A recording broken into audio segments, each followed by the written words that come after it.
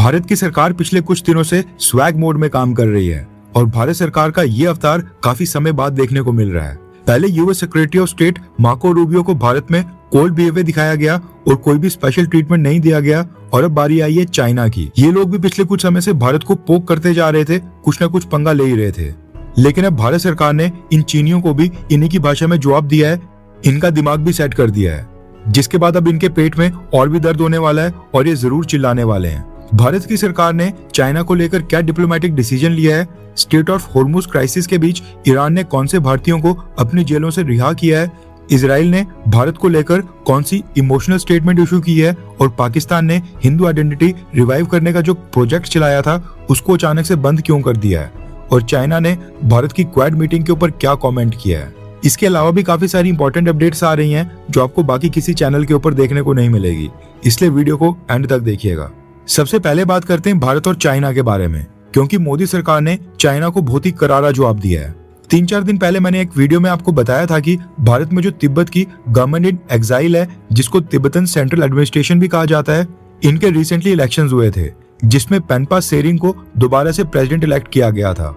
भारत में जिस तरह से किसी भी स्टेट या सेंट्रल गवर्नमेंट के इलेक्शंस होते हैं, ठीक वैसे ही ये जो तिब्बत की गवर्नमेंट इन एग्जाइल है, इनके भी 5 साल के बाद इलेक्शंस होते हैं, जिनमें वोट देने का अधिकार केवल तिब्बत से भारत आए रेफ्यूजीज और शरणार्थियों को होता है। इस इलेक्टोरल प्रोसेस का भारत के आम नागरिकों, भारतीय सरकार या फिर इंडियन इलेक्शन सिस्टम से कोई भी लेना देना नहीं होता है। सेंट्रल तिब्बतन एडमिनिस्ट्रेशन की तरफ से ग्रीन बुक इशू की जाती है, जो कि एक तरह से वोटर कार्ड की तरह काम करता है, और सालाना इसको एक बार टैक्स पे करके वैलिडेट करना होता है। जिनके पास ग्रीन बुक होती है वो सब तिब्बतन गवर्नमेंट इन एग्जाइल के इलेक्शंस के अंदर वोट डालने के लिए एलिजिबल होते हैं। वोटिंग केवल भारत ही नहीं बल्कि वर्ल्ड वाइड कई सारी कंट्रीज के अंदर करवाई जाती है। दुनिया में जिन भी देशों में तिब्बतन डायस्पोरा ज्यादा संख्या में होता है, हर जगह वहां पर वोटिंग की जाती है। वोटिंग में कुल 45 की संख्या में पार्लियामेंट मेंबर्स भी चुने जाते हैं, जो पार्लियामेंट इन एग्जाइल का हिस्सा होते हैं, और एक प्रेसिडेंट इलेक्ट किया जाता है जिसको तिब्बत का पॉलिटिकल हेड माना जाता है। दलाई लामा तिब्बत के रिलीजियस हेड होते हैं, और ये जो इलेक्शंस किए जाते हैं इनमें तिब्बत का एक पॉलिटिकल हेड भी चुना जाता है। कहने का मतलब है कि तिब्बत के लोगों के लिए सीटीए के इलेक्शंस काफी इंपॉर्टेंट होते हैं, और जैसे भारत में प्रधानमंत्री की पोस्ट होती है, ठीक वैसे उनके लिए प्रेसिडेंट की पोस्ट होती है। अब हुआ यह कि आज 27 मई को तिब्बत गवर्नमेंट इन एग्जाइल के प्रेसिडेंट की स्वेरिंग इन सेरेमनी थी, यानी कि शपथ ग्रहण समारोह था, जिसमें दलाई लामा समेत पूरी दुनिया से तिब्बतन सोसाइटी के इन्फ्लुएंशियल लोग धर्मशाला में प्रेजेंट थे। ऐसे में आज से 4-5 दिन पहले ही चाइना की सरकार ने एक स्टेटमेंट इशू करके भारत को चेतावनी देते हुए कहा था कि उनकी नजर में सेंट्रल तिब्बतन एडमिनिस्ट्रेशन एक सेपरेटिस्ट यानी कि अलगाववादी संगठन है, जो चाइना की सॉवरेनिटी के खिलाफ काम करता है। इसलिए भारत में ये जो इलेक्शंस हो रहे हैं, भारत की सरकार इनको रोके और इस तरह की चाइना विरोधी एक्टिविटीज अपनी धरती के ऊपर बिल्कुल नहीं होने दे। इससे दोनों देशों के रिश्तों के ऊपर असर पड़ेगा। यानी चाइना ने क्लियर शब्दों में वार्निंग दी थी। वैसे तो कई सारे फ्रंट्स के ऊपर भारत और चाइना के रिलेशंस दोबारा से ठीक हो रहे हैं। ट्रेड, बिजनेस, इन्वेस्टमेंट और फ्लाइट, वीजा, ये सब कुछ भारत की सरकार नॉर्मलाइज कर रही है। लेकिन खुशी की बात यह है कि तिब्बत की गवर्नमेंट इन एग्जाइल के मामले में भारत सरकार ने चाइना को बड़ा झटका दे दिया है और चाइना की डिमांड्स नहीं मानी है। न्यूज आ रही है कि आज भारत की सरकार ने अपने 2 मेंबर ऑफ पार्लियामेंट्स को की गवर्नमेंट इन एग्जाइल की स्वेरिंग इन सेरेमनी के लिए भेजा था। एक अरुणाचल प्रदेश के बीजेपी के एमपी कबीर गाओ और दूसरा निशिकांत दुबे, जो बीजेपी के झारखंड से एमपी हैं। ये दोनों आज दलाई लामा के साथ भी मिले और तिब्बतन गवर्नमेंट इन एग्जाइल के प्रेसिडेंट पेनपा सेरिंग के साथ भी मुलाकात की, जो कि सेकंड टाइम री इलेक्ट होकर प्रेसिडेंट बने हैं। एक और बात नोट करने वाली ये है कि इस वोट टेकिंग सेरेमनी में तिब्बतन्स के अलावा टोटल 2 देशों ने अपने रिप्रेजेंटेटिव्स भेजे थे। पहला तो भारत और दूसरा था भारत में जो अमेरिका की एम्बेसी है, वहां के सीनियर डिप्लोमेट्स भी पेनपा सेरिंग के शपथ ग्रहण समारोह में शामिल होने के लिए आए थे। कहने का मतलब है कि पूरी दुनिया में 2 ही देश हैं, भारत और अमेरिका, जो तिब्बतन्स के पॉलिटिकल स्ट्रगल में साथ देने का काम करते हैं। बाकी ये जो जापान, साउथ कोरिया, ताइवान और जो बाकी के देश हैं जहां पर बुद्धिस्ट पॉपुलेशन बड़ी संख्या में है, ये भी अपने रिप्रेजेंटेटिव्स को तिब्बतन गवर्नमेंट इन एग्जाइल के साथ कॉन्टेक्ट करने नहीं देते हैं। नेक्स्ट अपडेट आ रही है ईरान और भारत के बारे में, और इस न्यूज से उन लोगों की आंखों से पर्दा उठेगा जो ईरान को सपोर्ट करते हैं या फिर ईरान के हमदर्द बनते हैं, इजराइल को गालियां देते हैं। रेफरेंस के लिए आपकी स्क्रीन के ऊपर आर्टिकल का स्क्रीनशॉट है। न्यूज आ रही है कि ईरान ने भारत के 10 सेलर्स को अपनी हिरासत से रिहा कर दिया है, और ईरान की भारत में एम्बेसी की मदद से इन सब इंडियन सेलर्स को भारत वापस लाया जा रहा है। पहली नजर में आपको लगेगा कि ईरान ने कितना अच्छा काम किया है, लेकिन सच्चाई ये है कि ईरान ने इन 10 इंडियन सेलर्स को पिछले साल जुलाई 2025 से अपनी हिरासत में रखा था। इनको डिटेन कर जेल वाली कंडीशंस में रखा गया था। शुरू के महीने में तो इनको भारत में अपने घर वालों से कांटेक्ट करने की भी परमिशन नहीं दी जाती थी। और ऐसा नहीं है कि ये 10 इंडियंस किसी क्रिमिनल केस में अरेस्ट हुए थे या फिर ईरान के ऊपर हमला कर रहे थे। ये 10 इंडियंस मर्चेंट नेवी में काम करते थे। कहने का मतलब है कि ये सब भारत में रिस्पेक्टेड फैमिली से बिलोंग किया करते थे, जिनका क्रिमिनल एक्टिविटीज के साथ कोई भी लेना देना नहीं था और सिर्फ अपनी जॉब कर रहे थे। पिछले साल जुलाई 2025 में एमवी हार्बर फिनिक्स नाम का एक ऑयल टैंकर शिप जब स्ट्रेट ऑफ होर्मुज से पास हो रहा था, उस समय अचानक से ईरान रेवोल्यूशनरी गार्ड्स नेवी ने इस टैंकर शिप को ईरान के वाटर्स की वायलेशन के आरोप में अपनी हिरासत में ले लिया था और ये सेलर्स तब से ही ईरान की हिरासत में थे। मसला ये था कि अमेरिका ने इससे पहले ईरान के टैंकर शिप्स को सीज किया था और ईरान ने भी अमेरिका और इजराइल के साथ डिस्प्यूट्स के कारण ही इस ऑयल टैंकर शिप को सीज किया था और अपनी हिरासत में लिया था।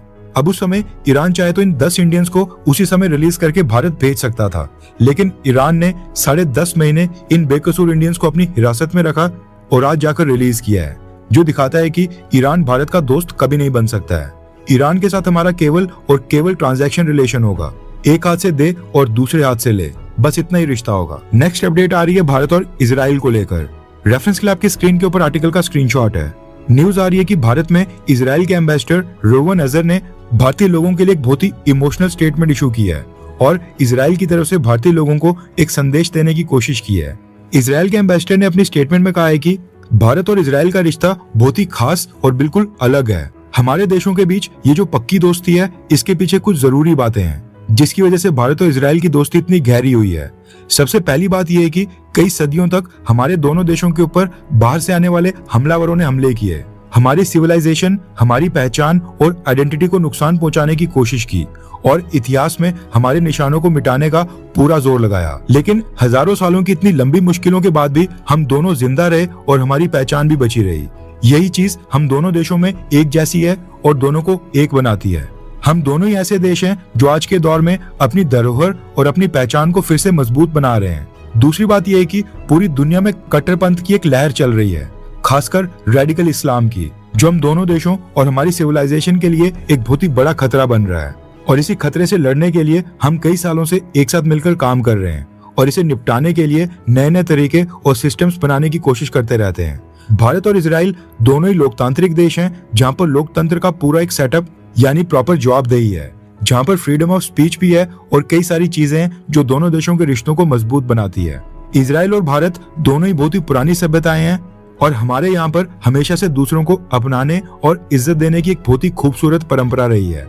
और ये चीज इस बात से दिखती है कि यहूदी यानी कि इजराइल के ज्यूस हजारों सालों से भारत में बिना किसी डर के बहुत ही आराम से रहते आए हैं। भारत में कभी भी यहूदियों के खिलाफ नफरत देखने को नहीं मिली है। अब ये बहुत ही जरूरी हो गया है कि हम इन सब वैल्यूज को याद रखते हुए एक दूसरे के साथ मिलकर जमीन के ऊपर काम करें। ये कहना है इजराइल के भारत में एम्बेसडर का। वैसे अगर आपको एक मौका मिले भारत के मित्र देश के रूप में किसी एक देश को चुनने का, तो आप किसको चुनेंगे, इजराइल या फिर रशिया को? दोनों इंपॉर्टेंट देश हैं, इसलिए अपनी राय सोच समझ कर नीचे कमेंट बॉक्स में कमेंट कर बताएं। देखते हैं कि भारत में किस देश को ज्यादा सपोर्ट मिलता है। नेक्स्ट अपडेट आ रही है पाकिस्तान से। रेफरेंस के लिए आपकी स्क्रीन के ऊपर आर्टिकल का स्क्रीनशॉट है। न्यूज आ रही है कि पाकिस्तान की पंजाब स्टेट में वहां पर जो एरियाज के नाम बदलकर पार्टीशन से पहले के नाम दिए जा रहे थे, यानी कि इस्लामिक नामों को चेंज करके वापस से जो हिंदू और सिख नाम रखे जा रहे थे, इस फैसले को पाकिस्तान की पंजाब की गवर्नमेंट ने वापस ले लिया है। लाहौर हेरिटेज एरियाज रिवाइवल के अंडर इस्लामपुरा का नाम कृष्ण नगर और मुस्तफाबाद का नाम चेंज कर धर्मपुर करने का फैसला किया गया था। एंड ऐसे और भी कई सारे नाम चेंज करने थे। लेकिन न्यूज आ रही है कि कट्टरपंथी संगठनों, इस्लामिक हार्डलाइनर्स और सोशल मीडिया के ऊपर कई सारे एक्टिविस्ट और व्लॉगर्स के विरोध के बाद पाकिस्तान की पंजाब सरकार ने यह प्लान पूरी तरह से ड्रॉप कर दिया है। पाकिस्तान के अंदर विरोध करने वाले लोगों का कहना है कि मुस्लिम मेजॉरिटी देश में शहरों के हिंदू नाम रखना इस्लामिक आइडेंटिटी के खिलाफ है और ये बिल्कुल हराम है, क्योंकि उनको सुबह शाम हिंदू नाम अपने मुंह से लेने पड़ेंगे जिसमें हिंदू भगवान के नाम भी शामिल हैं। इसलिए इनकी मांग है कि ये नाम वो कभी भी एक्सेप्ट नहीं करेंगे और ऐसे नाम रखे भी नहीं जाएं। अब ये सोच है इन लोगों की, इसलिए मेरा मानना है कि ये लोग पाकिस्तान आर्मी को डिजर्व करते हैं जो इनके देश को अंदर से खोखला कर रही है। ये कभी नहीं सुधरेंगे। नेक्स्ट अपडेट आ रही है चाइना से। दरअसल क्वाड देशों के विदेश मंत्रियों की जो भारत में मीटिंग हुई है, उसमें साफ तौर पर साउथ चाइना सी और इंडो पैसिफिक में चाइना के ऊपर लगाम लगाने के लिए चारों देशों ने कई सारी कमिटमेंट्स की हैं। और अपनी ज्वाइंट स्टेटमेंट में कहा है कि इंडो पैसिफिक को फ्री और ओपन रखने के लिए सब एक साथ मिलकर काम करेंगे और चाइना को यूनिलेटरल यानी एक तरफा फैसले या जबरदस्ती से लिए गए कोई भी फैसला दूसरे देशों के ऊपर थोपने बिल्कुल नहीं दिया जाएगा। ऐसे में चाइना की क्वाड देशों की मीटिंग के ऊपर कोई स्टेटमेंट ना आए, ऐसा कैसे हो सकता है? चाइना तो दिखाने की कोशिश करेगा ही कि वो क्वाड को अकेले काउंटर करने की कोशिश कर रहा है और क्वाड का विरोध कर रहा है।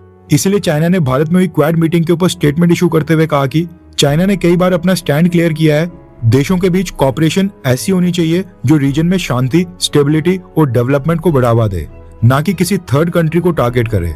हम छोटे छोटे एक्सक्लूसिव ग्रुप बनाने के खिलाफ हैं और ये जो कंट्रीज के बीच ग्रुपबाजी और टकराव होता है, इसको हम सपोर्ट बिल्कुल नहीं करते हैं। ये कहना है चाइना का।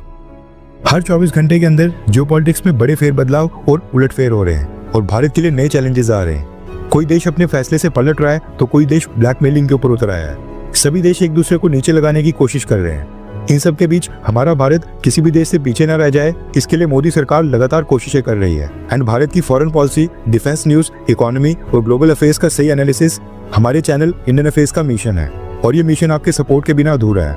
इंडियन अफेयर्स हिंदी के ऊपर हम सभी फैक्ट्स और डेटा बिल्कुल सरल भाषा में एनालाइज करते हैं, बिना किसी एजेंडा के। अगर आप चाहते हैं कि इंडियन अफेयर्स का सही और ऑथेंटिक एनालिसिस आप तक लगातार पहुंचे, तो इस वीडियो को लाइक करें और हमारे चैनल इंडियन अफेयर्स को सब्सक्राइब करके बेल नोटिफिकेशन ऑन करना मत भूलिए। आपका एक लाइक हमारे चैनल को ग्रो करने में काफी मदद करेगा और एक सब्सक्राइब ये सुनिश्चित करेगा कि आप किसी भी इंपॉर्टेंट अपडेट को मिस ना करें। अगर आपने हमारे चैनल को पहले से सब्सक्राइब किया है तो दिल से धन्यवाद। जय हिंद, वंदे मातरम।